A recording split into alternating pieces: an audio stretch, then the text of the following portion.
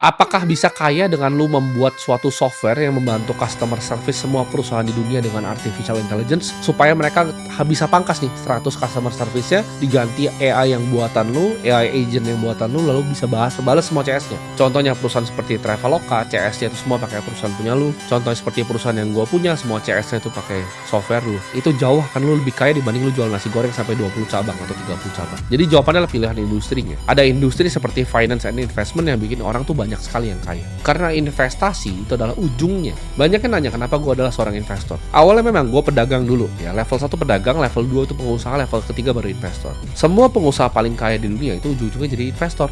Ya, semua orang seperti Bill Gates ujung-ujungnya bikin Cascade Investments. Orang-orang seperti Jeff Bezos ujung-ujungnya bikin Bezos Expeditions. Semua yang usahanya besar sekali, Amancio Ortega, Sergey Brin, semuanya punya yang namanya family office mereka sendiri, even Michael Dell. Jadi kalau orang udah jadi pengusaha level paling tinggi, mereka jadi seorang investor. Mereka bikin family office, mereka harus manage hartanya yang banyak sekali ini.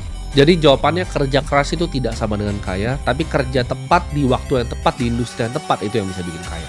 Yang ketiga, yang penting bisa nabung, nanti juga kaya. Menabung itu akan bikin lu jadi kehidupan yang stabil, bukan menjadi kaya. Gue kenal banyak temen yang quote on quote kita bilang cukup ya hidupnya, tapi hatinya justru penuh kecemasan. Yang dia lakukan hanya nabung, menabung, dan menabung. Tapi dia tidak pernah punya bantalan di hidupnya, bantalan investasi. Cukup itu dibangun di atas ketakutan, bukan kebebasan. Jadi orang yang cuma nabung itu akan dapatnya cuma ketakutan, bukan kebebasan. Orang yang berinvestasi itu akan mendapatkan kebebasan. Dia, ya gue bilang di sini, siapa mereka yang bisa membuat uang di saat mereka tidur, itu akan mendapatkan yang namanya kebebasan. Tapi menabung itu cuma akan sampai cukup.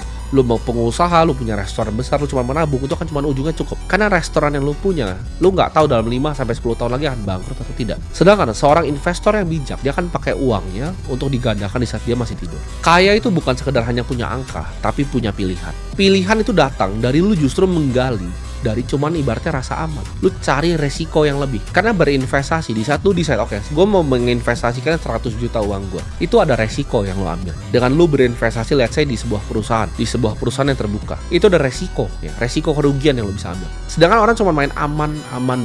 Dia cuma nabung di bank, nabung di deposito, aman. Uangnya ini akan cuman dia seumur hidup akan jadi cemas. Uangnya cukup. Sedangkan orang yang mengambil resiko lebih, itu yang berinvestasi yang akan selamat. Karena jebakan dunia ini itu, orang yang nggak berani mengambil resiko, orang yang selalu mainnya aman, itu yang selalu berbahaya hidupnya justru.